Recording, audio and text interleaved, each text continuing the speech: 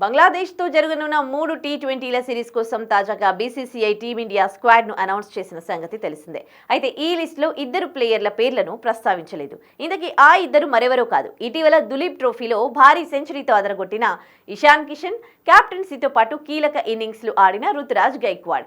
ఈ ఇద్దరు మంచి ఫామ్లో ఉన్నప్పటికీ తుది జట్టులో వీళ్ల పేర్లు లేకపోవడం పట్ల అటు క్రికెట్ అభిమానులతో పాటు ఇటు క్రిటిక్స్ పెదవి విరుస్తున్నారు.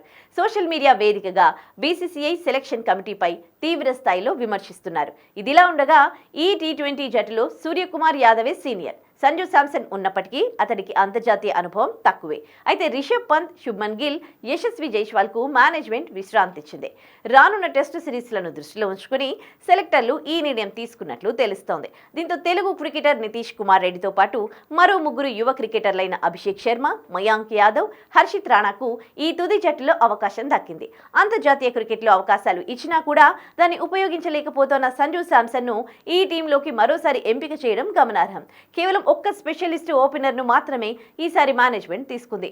ఈ నేపథ్యంలో ఈ టోర్నీలో రెండో ఓపెనర్గా ఎవరు వస్తారన్న విషయంపై క్రీడాభిమానుల్లో ఆసక్తి నెలకొంది.